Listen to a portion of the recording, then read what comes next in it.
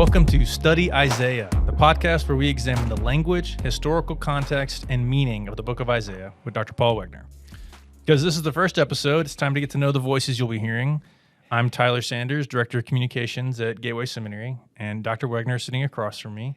He is Distinguished Professor of Old Testament Studies at Gateway, a prolific author. He also contributed to the ESV Study Bible, and he has a new commentary coming out with Tyndale on Isaiah. Thank you for being here, Dr. Wegner. Well, thank you for having me. So I had a few questions for you, so listeners can get to know who you are. And I guess the first one would be, how did you get interested in studying the Old Testament?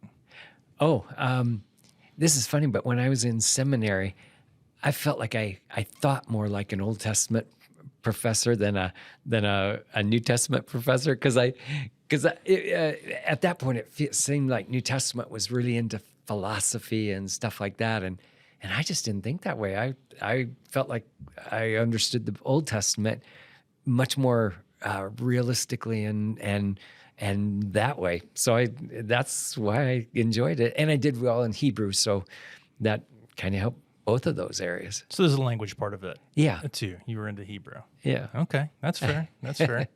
What about Isaiah? What was particularly interesting to you about Well, Isaiah? I started that when I started doing my PhD, and my supervisor, whose name was Ronald Clements, had just written something on Isaiah, and I'd always was intrigued with the book, and especially those passages that I had no idea how the New Testament understood them. I mean, it seemed like they were taking them out of context. And so I thought that'd be a really interesting idea to try to figure out. And so usually a lot of times you start your dissertation with questions that you have about certain areas. And this one was one that really excited me. Was there any other area of Old Testament studies that you were interested in before you got into Isaiah? Well, I've always enjoyed Old Testament theology, seeing how the whole book fits together and how it's related to each other. So I did enjoy that. But Isaiah kind of puts all that together, it seemed like. So. Okay, this is more of like an opinion question, I guess. Do you think people are intimidated to read the Old Testament? I think so, because they hear a lot of sermons and stuff like that on the New Testament. If they hear about the Old Testament, usually it's just an illustration for another, they hear about the story of David or Noah and the flood and stuff like that, but they don't really have a concept of how it all holds together and kind of, where did these people come from? Did they just pop in and you hear this story and then that's the only thing you hear about them? And that's not really the way it is. So I think it scares people that they hardly ever hear about it. So it's hard for them to have a good clue as to how to put the book together again. That was my sense, I think, before I came to seminary. It was like I had heard a lot. I really became a Christian. I grew up in church, but I became a Christian more right before I went to college. Okay. And I remember the first book I read was Romans, of course. Yeah. Well, I would have thought John, but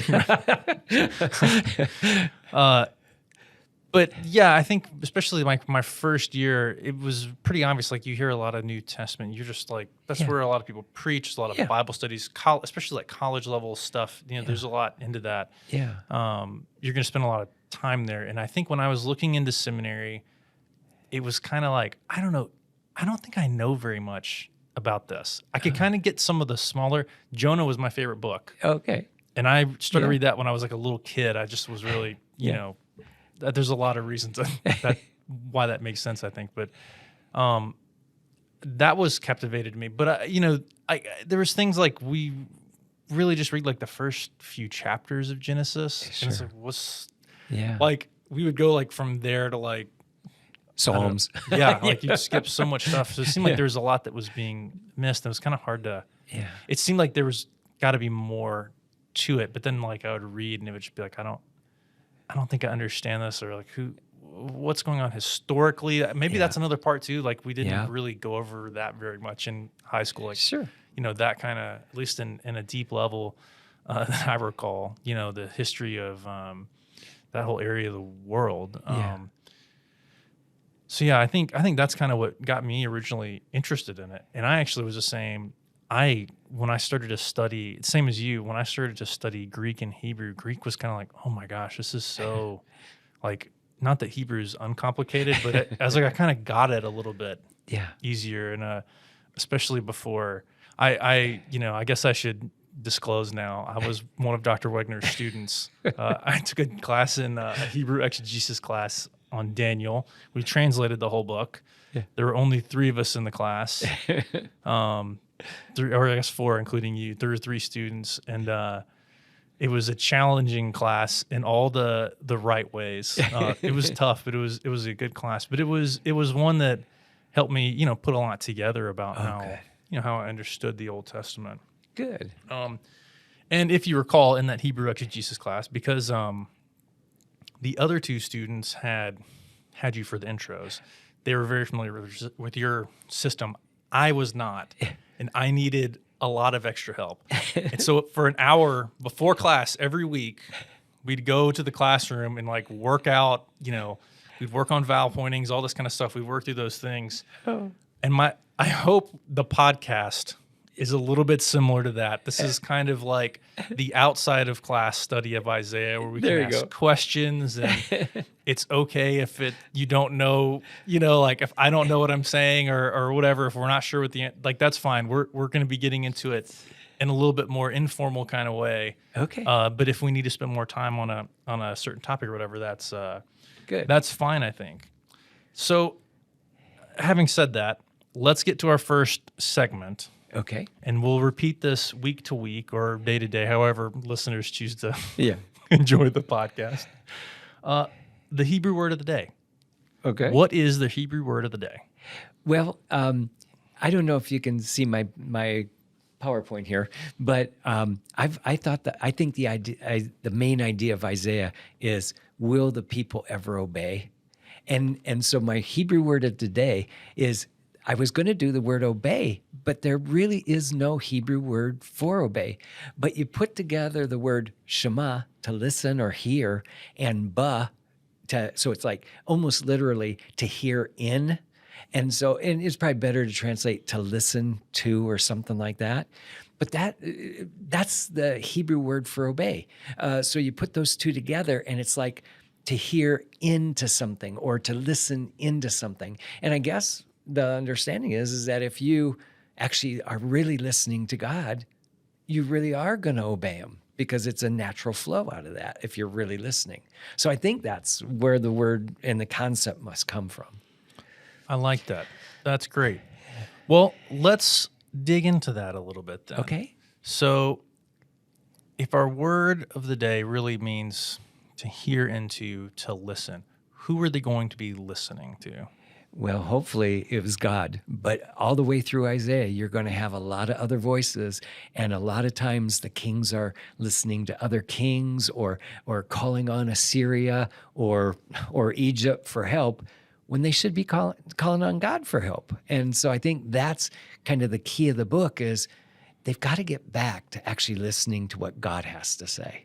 And they seem to keep doing real bad at not doing that.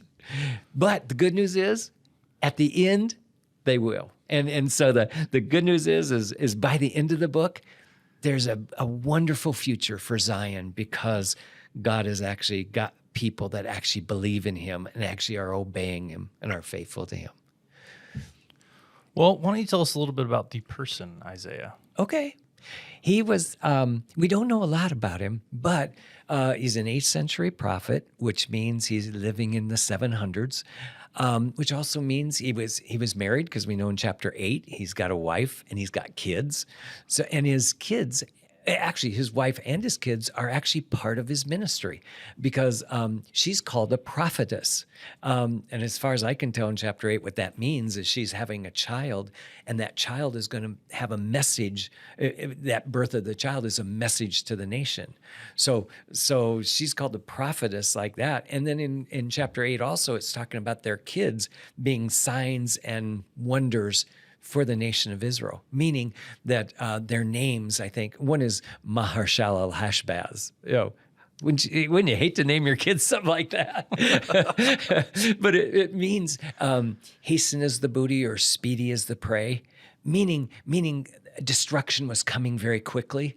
And that's basically what his name was. And so he was a message to the nation. Another one is Shir Yeshuv, and that means a remnant will return. And that in that name, they are a message to the nation of Israel. Even Isaiah means God is salvation. And that's a message for the nation of Israel. So even their names are something that is going to tell the nation what they need to know. And is Isaiah speaking primarily to, you say to the nation, is he speaking to the nation? Is he speaking to the king? Or is that kind of, when you speak to the king, that is a message to the nation? How does that work? I think each passage is a little different. Sometimes, like chapter 7 and 8, those seem to be specifically to kings. Well, at least 7 is to Ahaz for sure. And so, but once if a king gets the message, then hopefully the people will too. But I think other times, Isaiah realizes that the nation isn't listening. And so he'll go to a remnant and talk to specific people that will listen.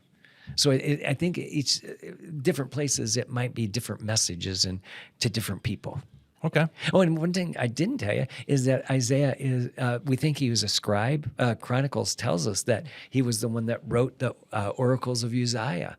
So apparently in Isaiah's younger life, he was a scribe, which then would have put him in perfect, situations that later when he's got a message from God, he can then record it and write it down. Okay. Yeah. Well, why don't you tell us a little bit about the historical context surrounding Isaiah's life? What's going on in that part of the world? Well, right before Isaiah, the nation was actually at a high point. They were rich, and they were during Uzziah's time. Judah was just doing great. I mean, they were the northern king, the kingdoms north of them, like Assyria and Syria, were pretty weak. And so what was happening is Israel and Judah had a chance to kind of expand and get stronger and stuff like that. And then in the north, Israel, Jeroboam II was their king. And so during those times, they were doing really well. And both of those reigned for almost 50 years. One of them 52 years. But that means that also, if it's a real prosperous time and stuff like that, they're also going to be probably wicked times because people are ripping off other people and stuff like that. So that was happening. And so Isaiah was brought into a situation where, at least initially, it was a real prosperous time, but a very wicked time.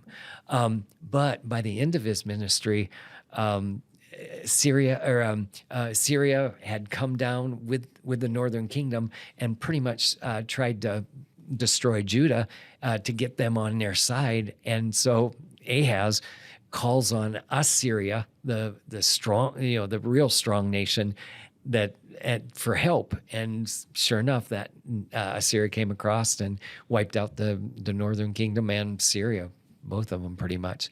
And then in 701, so it's like a perfect storm during Isaiah's time.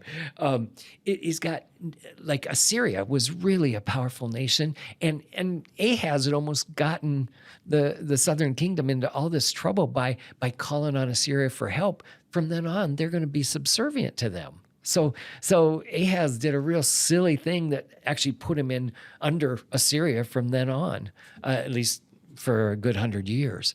But it's during that time that Isaiah is called to be a messenger for God. It was probably one of the hardest times. Probably the hardest time is when they go into captivity. But this is probably 100 years before that, and they're in a pretty difficult time period. And God calls him to, and during his time, the nation did listen, at least to some extent, because in 701, God delivers them miraculously. And even then, it was something that they didn't thank God for that or anything. And so it just was another 100 years before they're carried into captivity. It's interesting. That happens a lot. Yeah, I'm sure that's true. Well, it does seem like that That's a repeated kind of theme to the Yeah, Old like we Testament. get prosperous, and then Yeah. we Yeah, don't and rely our on lives, God, yeah. and yeah, Right, you know. I'm sure that's true, and I'm sure that's true today, isn't it? I'm sure it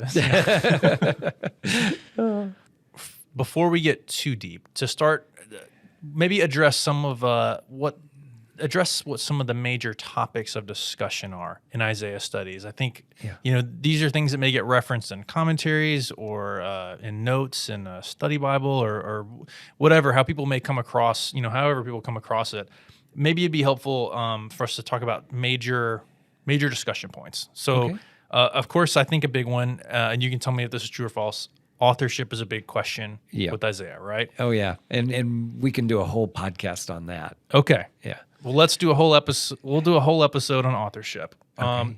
From what I can tell, another big question is divides in the book, the sections of the book, right? Okay. Yeah. Should we go into that? Would that be good? I think that one would be a good one to talk about today. Okay. Well, tell us some of the major sections of the book. I think the biggest division is after chapter 39. So after you've got chapter 39, you've got a gap of 150 years, and then you've got chapter 40. And it talks in chapter 39 about them going into the Babylonian captivity. Look at chapter 39, verse 6. Behold, days are coming when all that is in your house and all that your fathers have laid up in store to this day shall be carried to Babylon. Nothing shall be left, says the Lord. That's the only thing they hear then about Babylon. So everything else, so you get all this out. Most of the time they're talking about Assyria. Assyria is their big enemy. Get to chapter 39, it mentions one thing, that one of these days they're going to be carried off into Babylon. And then you start chapter 40 and they're coming back from Babylon.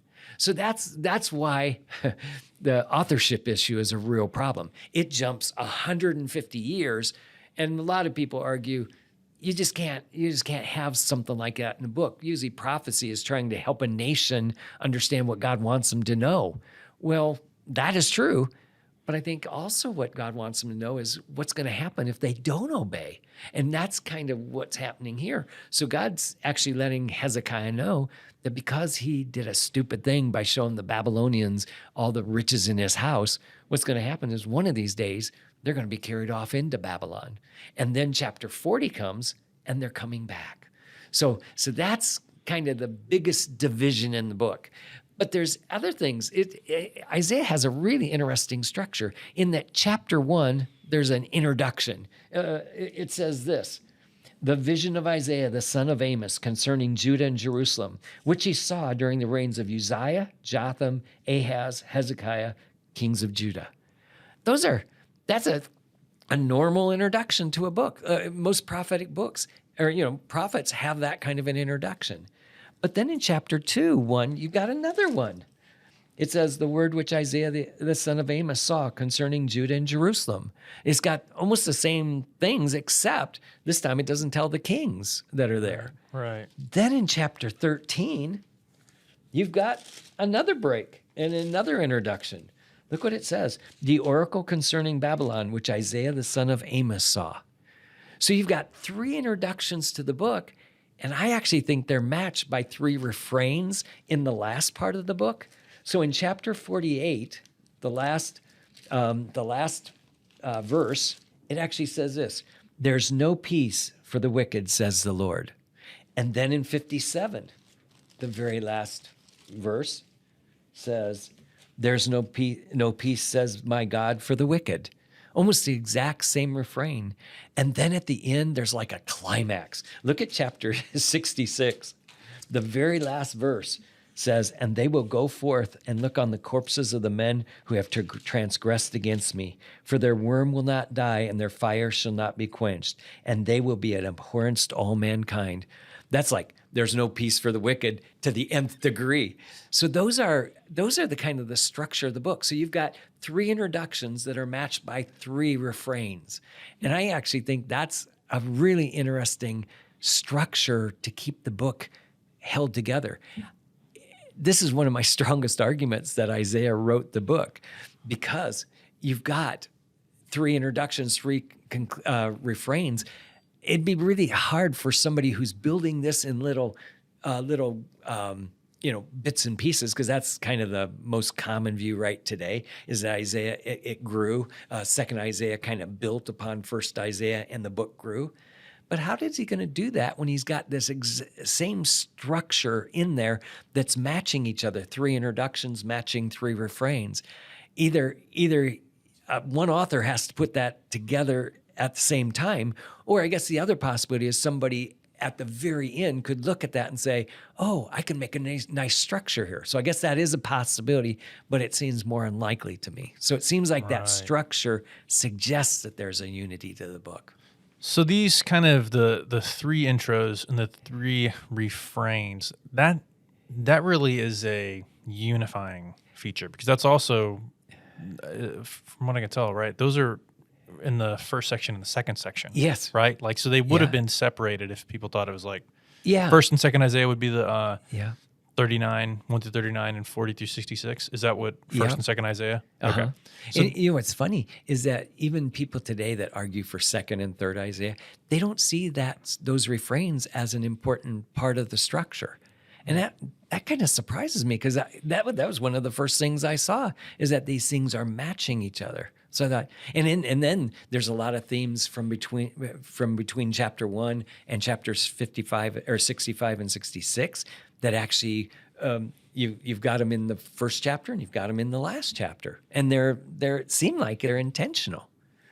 So it's probably not helpful to think of Isaiah as like almost chapters in a row. Really, like, this isn't sections that are kind of like chronological or as much as they are like, this is an interconnected. Yes. Now, what's the relationship then? What kind of, you got a little bit into it, but like, what are the specific relationships then that are happening between the first chapter and like that first refrain? There's like textual things that are happening there that are connecting them? No, well, what I would actually argue is that the introduction, the first chapter, that one actually can be dated pretty clearly, because it says in chapter 1, verses 7 and 8, it's talking about Jerusalem when everything is destroyed around it, but Jerusalem is standing up like a little hut in the middle of a field. Well, that actually fits 701 perfectly. But then you get to chapters 2 through 4, and it seems like they're talking about a totally different time period. So it would seem like to me chapter 1 is probably an introduction to the whole book, and then chapters 2 through 4. And basically what's going to happen is that these themes are going to keep coming over and over again. So what happens in chapter 1 is it talks about Israel being a real wicked, and terrible, and it's almost like a law court where God calls the heavens and earth to come and witness that Israel is such a wicked nation. He even says animals are better than that, because animals know the hand of their master, who feeds them. But Israel doesn't know that I feed them. And so it's really funny. He takes that as an image. But that passage there seems like, to me, it helps us to know when that's dated. What I was going to say, though, is that same art. So what happens, it talks about them being wicked and all that. But then by the end of chapter 1, it talks about God restoring them. There's a palistrophe, and we'll talk about that later. But there's a palistrophe in it that talks about the faithful Israel, or Jerusalem, it's called, the faithful city. Well, it says it starts out faithful, it gets wicked, but then God, in the middle of this palistrophe, stands up and changes it, and he says, I'm going to be relieved of my enemies, and I'm going to clear out the nation, so that at the end, Jerusalem is going to be a faithful city again. Well, that message of wickedness, there's going to be a punishment, and then there's going to be a restoration, is throughout the book. So chapter 1 says it. Chapters 2 through 4 is a smaller unit, but it actually says it. Chapters 5 through 12, which is a bigger unit, it goes into more detail about how God's going to do it. So it seems like to me there's these units that just keep going over that theme about God, Israel being restored, starting out wicked, but there's going to be a punishment, and then God is going to deliver. You've got that multiple times throughout the book. And so I think that's the key theme and how the book holds together. And then you get to chapter 40 and you find out that they're going to come back. It explains how God's going to do it. He's going to bring them back from the Babylonian exile. But that's just a small picture of what he's going to do ultimately to Zion. He's going to bring her back to him, and people are going to bring all money and all things to Zion, and God's going to be ruling there, and it's just an amazing picture for the nation. So that's kind of how the book flows, and it just keep the first couple of chapters just keep going over the same thing, only with more detail. So what does that do? Like, what is the repetition of that theme? Oh, I think God's trying to tell us something with that, don't you? I think he's trying to say, don't give up. You're in a mess right now, and things aren't going to get better for a while, but ultimately, I'm going to bring you back. And I think that's the message over and over and over in that book. And I think that's what the book is trying to tell us. And the restoration, and an important part of that is the listening.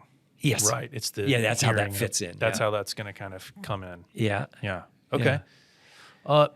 Now I see on your slide, the word seam appears 6 times. Yeah. And that's kind of a connective piece, right? It's a connective piece between one section and the next section. Yeah. Let's go to chapter 1, because that's where the first one is. In chapter 1, verses 27 through 31.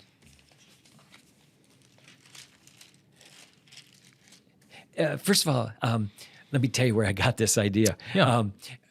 A guy named Gerald Wilson argued that there were seams in the Psalter that held the 5 books together. And I looked at that and thought, well, it's possible, but I didn't think it probably was a guarantee. But then I thought, well, I wonder if Isaiah has any seams. And it did seem like what is happening is at the end of, we've got that introduction in chapter 1, verse 1. Then at the end, you've got this seam that connects it to the next part of the book. And it goes over the same ideas. So look at verse 27. Zion will be redeemed with justice, and her repentant ones with righteousness. Well, that tells us 2 things. Zion is going to be restored, and there's going to be a remnant that's going to be righteous, right? That her repentant ones.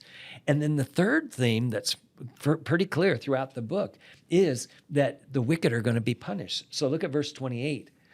But transgressors and sinners will be crushed together, and those who forsake the Lord will come to an end. Surely you will be ashamed of the oaks which you have desired. You will be embarrassed of the gardens which you have chosen. For you will be like an oak whose leaf fades away, and as a garden that has no water. The strong man becomes tender, his work also a spark, and thus together they burn, and they both burn together, and there will be none to quench them. So you can see, like, verses 28 all the way to 31 are talking about what's going to happen to the wicked. So those are the 3 themes. The idea of a righteous remnant is going to come about. There's going to be a restoration of Zion, and we'll talk more about that. But then the wicked are going to be punished. Those key ideas keep coming up in every one of these themes. And so that's where the first theme is, and now you can see kind of the theme. The second theme is in chapter 4, verses 2 through 6, and it basically talks about the same kind of things. It talks about a remnant. If you look at verse 2, it says, "In that day the branch of the Lord will be beautiful and glorious, and the fruit of the earth will be for the pride and adornment of the survivors of Israel." Well, survivors of Israel means a remnant. Okay, so that's talking about that. And then look at verse 4. When the Lord has washed away the filth of the daughters of Zion and the purge of the bloodshed of Jerusalem from her midst with a spirit of judgment and the spirit of burning. So that's that punishment on the wicked. And then at the end, it talks about God dwelling in Zion and being there. So the idea of there's going to be a righteous remnant, there's going to be destruction on the wicked, and there's going to be a restoration of Zion. So those 3 themes just keep coming up again and again in these. Now it's interesting because I would have expected.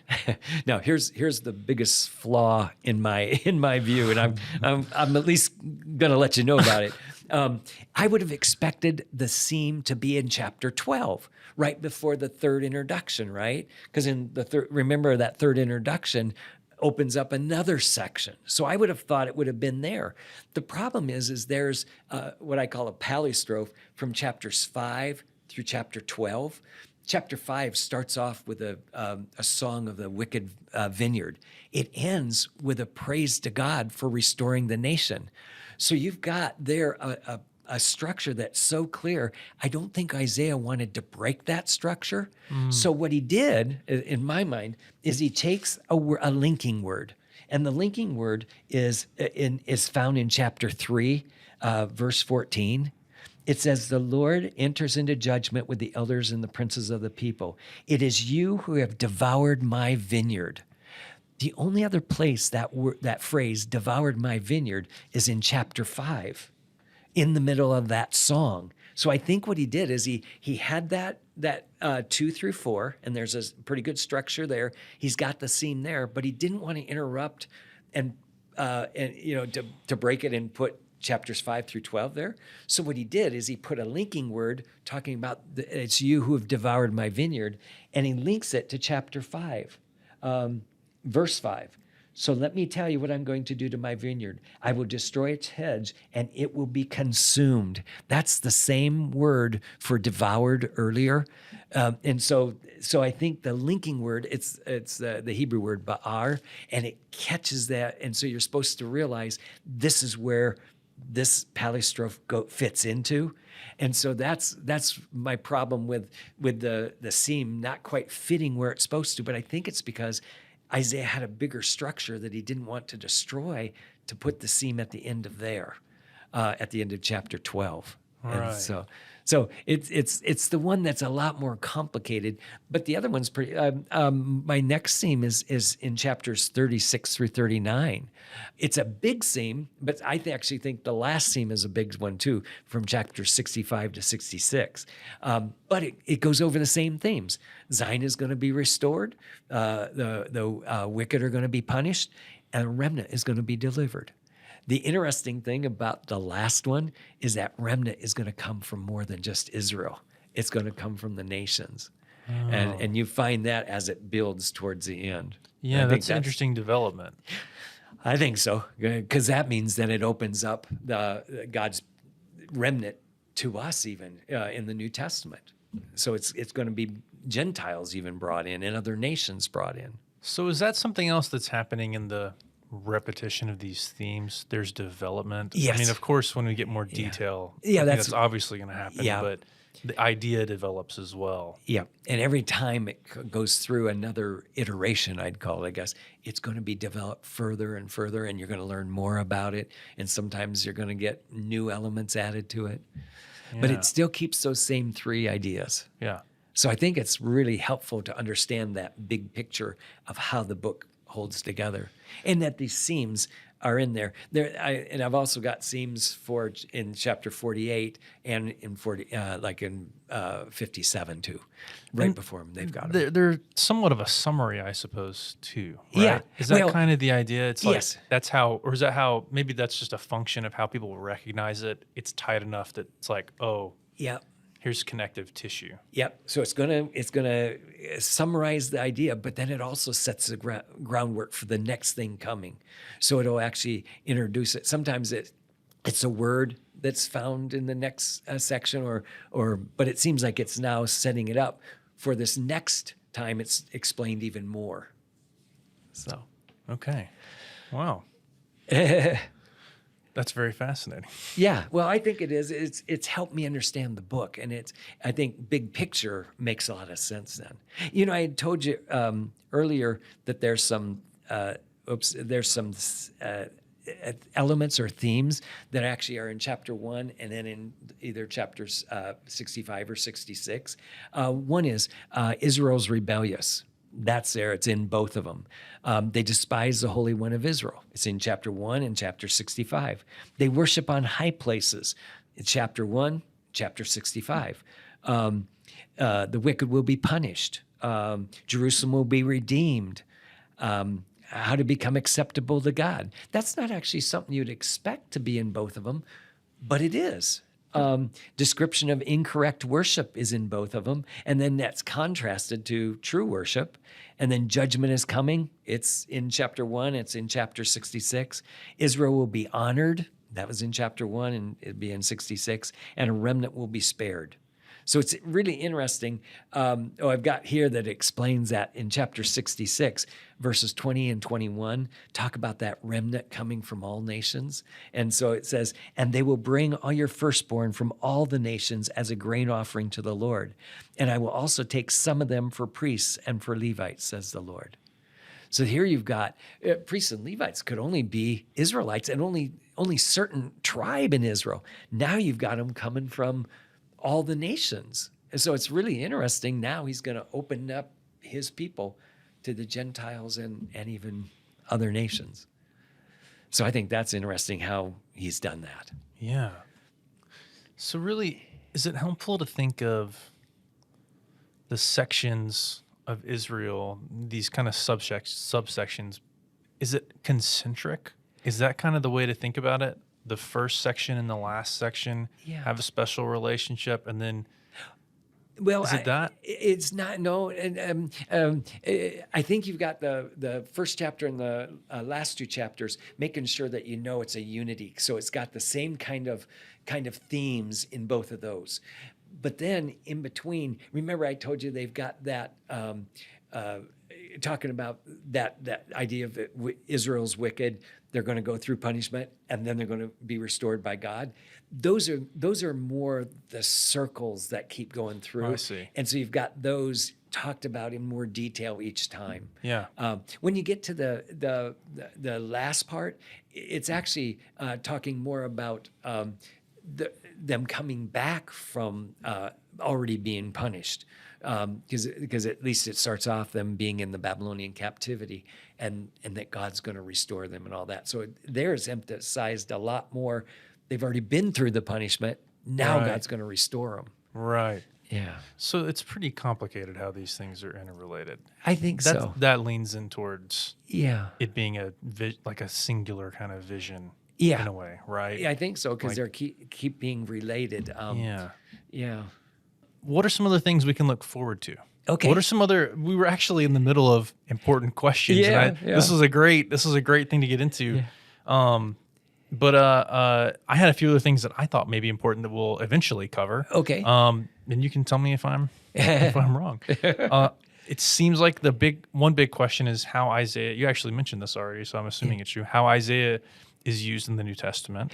That'll be a big question we start to tackle. You think we'll get into that as we're going through each section, or will that be something we come back maybe in head? I think when we get to chapter 7, we can talk about that, because one of the most difficult ones is chapter 7:14. How is that picked up by Matthew 1? Yeah. So I think it'd be make more sense to go to that passage, and then we'll explain unpack it. Okay, that's great. Yeah, and so they're not all the same way, but Isaiah's quoted quite a few times in the New Testament. I think it's like the third most quoted book in the New Testament. Yeah.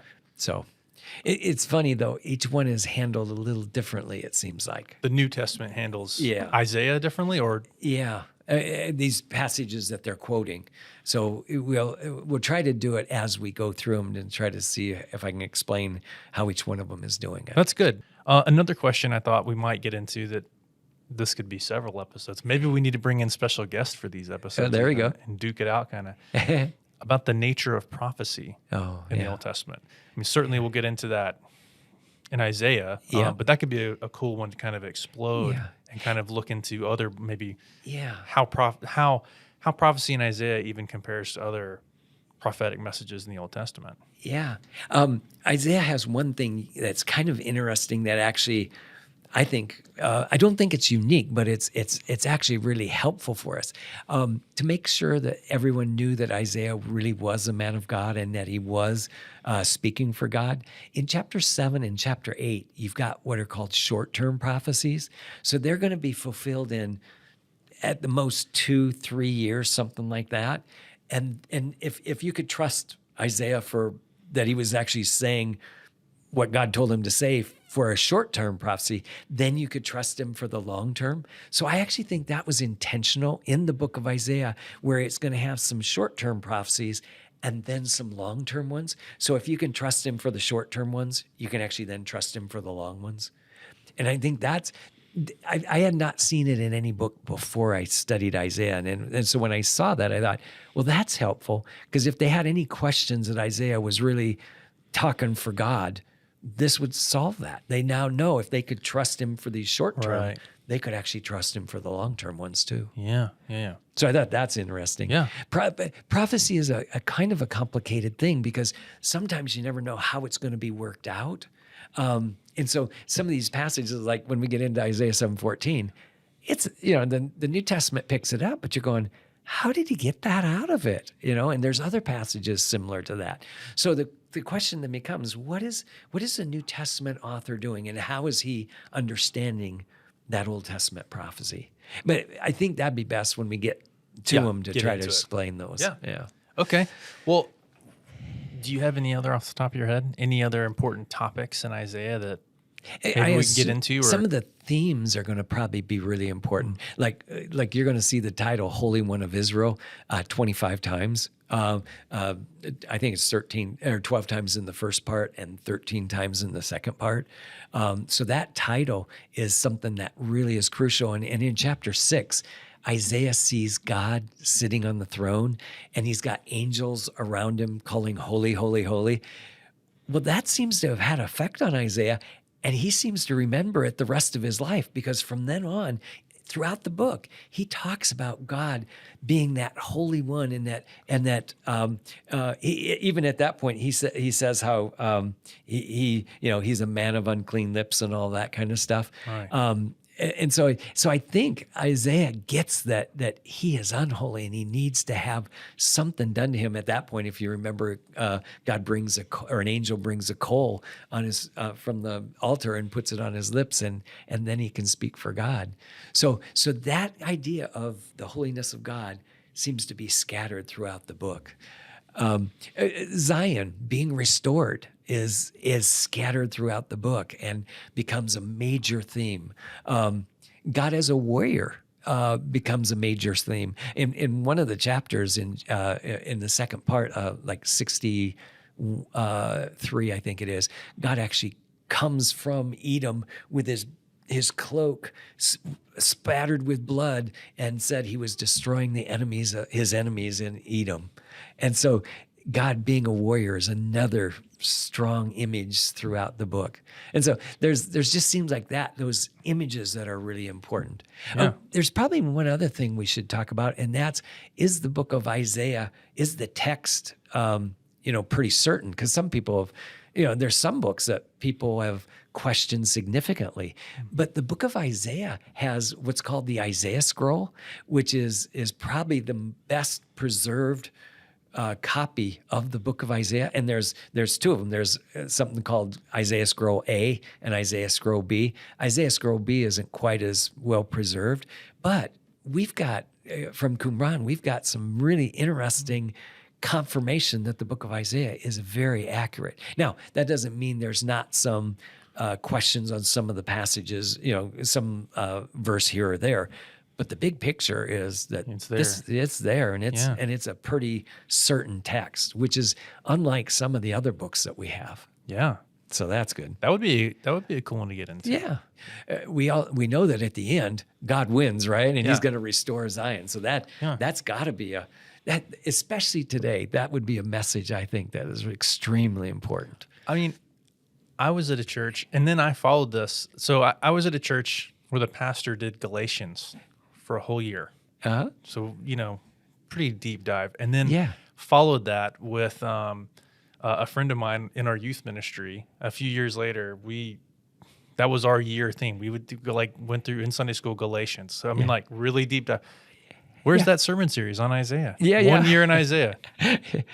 I don't know. I think it needs by to the be. end of this podcast. That's what we want. There we go. That's what we want. We wanted that to be a new thing. Like, we're going to preach through Isaiah this year. It would or over 2 years, maybe. Yeah, it would have some amazing impact for people, I would think. Yeah. It's one of it's got the most talked about of the eschatology. I mean, it talks about, now, not all in the second part of Isaiah is talking about that future time period.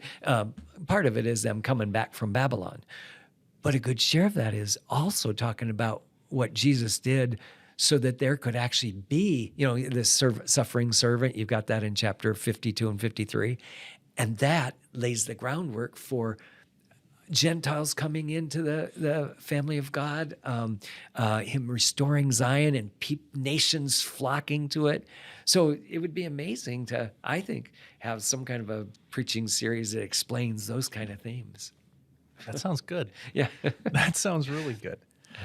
Well, that is kind of bringing us to the end of our episode today, I think. Okay. I do want to thank everyone for listening. And just one final question, in a hopefully repeating segment we'll also have is, what's something a person can read? What's one good source for a person who wants to start digging into Isaiah? I guess now I've got an Isaiah commentary coming out, so that's what I think would be a really good way to actually get into it. But there are also a lot of other books. John Oswalt has done a great commentary, 2-volume work on the book of Isaiah, and it's amazing. It's very thorough. It's a real deep dive, you'd call it, because it's very detailed. But I'm hoping that mine will also be more of it'll be a deep dive, but it'll also be more affordable. John Oswalt's is a 2-volume work, and they're both huge, so they're very expensive. So this one is going to be hopefully a lot more reasonable. So we'll see. Okay, that sounds good. Well, again, thank you for listening, and be sure to join us next week as we study Isaiah.